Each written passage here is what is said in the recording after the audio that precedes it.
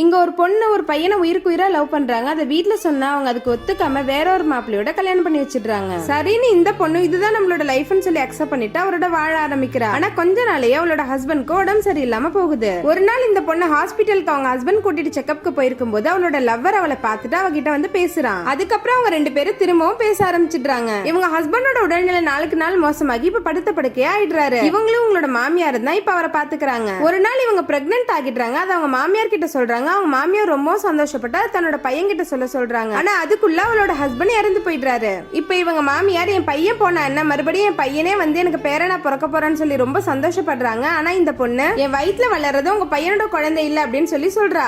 இது கேட்ட அவங்க மாமியார் ரொம்ப மனசுடைஞ்சு போயிடுறாங்க. அப்ப பீரோல யதார்த்தமா அவளோட புருஷனோட மெடிக்கல் ஃபைல் இருக்கிறத பாக்குறா. அதை எடுத்து இவ படிச்சு பார்த்ததுக்கு அப்புறம் தான் இவளுக்கு தெரியுது எப்படியும் கொஞ்ச நாள்ல இவர் இறந்து போயிடுவாருன்னு தெரிஞ்சுதான் இந்த பொண்ணை இவருக்கு கல்யாணம் பண்ணி வச்சிருக்காங்கன்னு. உடனே இந்த பொண்ணு இந்த விஷயத்தை பத்தி தன்னோட மாமியார் கிட்ட போய் கேக்குறா. அதுக்கு அவங்க உங்க அம்மா கிட்ட எல்லா உண்மையே சொல்லிதாமா இந்த கல்யாணமே நடந்துச்சு அப்படின்னு சொல்றாங்க. இப்ப இந்த பொண்ணு தான் லவ் பண்ண பையன் கூடவே போய் வாழலாம் அப்படின்னு சொல்லிட்டு போறா. ஆனா அவன் இவ்வளவு நாள் அவன் கூட வாழ்ந்துட்டு ஒரு வீடு கூட உன்னால வாங்கிட்டு வர முடியாது அப்படின்னு சொல்லி திட்டுறான். பணத்தையும் உடம்பையும் மட்டும் பாக்குற இவன் கூட வாழ்றதை விட பாசமா பாத்துக்கிற தன்னோட மாமியார் கூட வாழ்றதே மேலுன்னு சொல்லிட்டு இப்ப அந்த பொண்ணு கடைசியா அவன் மாமியார் கூடவே போய் வாழ ஆரம்பிக்கிறா.